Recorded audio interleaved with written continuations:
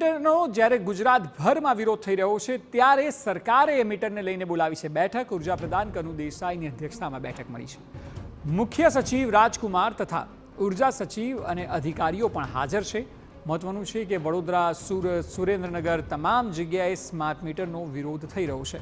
વધુ માહિતી આપી રહ્યા છે સંવાદદાતા કિંજલ મિશ્રા। કિંજલ, એક રીતે જે વિરોધ વધી રહ્યો છે તેને લઈને એવું લાગે છે કે સરકાર પણ ક્યાંક ચિંતિત છે અને એટલે જ આ બેઠક છે। આ બેઠકનો એજન્ડા શું હોઈ શકે?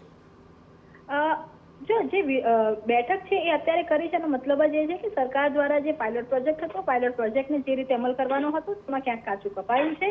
ભલે સરકારનો એ દાવો ચોક્કસ છે કે 50,000 જેટલા જે મીટર છે તે લાગી ચૂક્યા છે અને ફરિયાદો ખૂબ ઓછી આવી છે। સરકારનું 1.5 કરોડ જેટલા જે કહી શકાય કે વીજ ગ્રાહક છે, પરંતુ જે પ્રકારે ફરિયાદો આવી રહી છે ને સતત ફરિયાદો આવી રહી છે તેનો મતલબ જ એ થઈ રહ્યો છે કે જે અવેરનેસ કરવાની હતી, જે કેમ્પેન ચલાવવાના હતા અથવા તો જે પ્રકારે પાયલોટ પ્રોજેક્ટને ઇમ્પ્લિમેન્ટ થવાનું હતું તેની અંદર ક્યાંક ને ક્યાંક જે પ્રકારની થવું જોઈએ તે નથી થયું અને એ જ કારણ છે। અને આપ જુઓ તો હવે વિપક્ષ માટે પણ આ એક મુદ્દો છે તે બની ચૂક્યો છે અને એ જ કારણ છે કે આજે નાણાપ્રધાન કનુભાઈ દેસાઈ દ્વારા જે બેઠક છે તે બોલાવવામાં આવી છે, કેમ કે તે ઉર્જા પ્રધાન પણ છે અને આ બેઠકની અંદર રાજ્ય સરકારના મુખ્ય સચિવ ઉપસ્થિત છે, તેની સાથે ઉર્જાના તમામ અધિકારીઓ છે તે ઉપસ્થિત છે, કેમ કે આગામી દિવસની અંદર આ ફરિયાદને નિવારણ કેવી રીતે કરવી જોઈએ TV9 સાથે પણ એક્સક્લુઝિવ વાતચીત ઉર્જા અધિકારીઓ કરી તે પ્રમાણે આગામી દિવસમાં ટોલ નંબર છે તે પણ જાહેર કરવામાં આવશે અને સ્માર્ટ મીટરની સાથે કોમન મીટર છે તે પણ રાખવામાં આવશે। જ્યાં સુધી ફરિયાદોનું નિવારણ નહીં થાય ત્યાં સુધી બંને મીટર કાર્યરત રાખવામાં આવશે। વર્તમાન સમયમાં આ આખી જે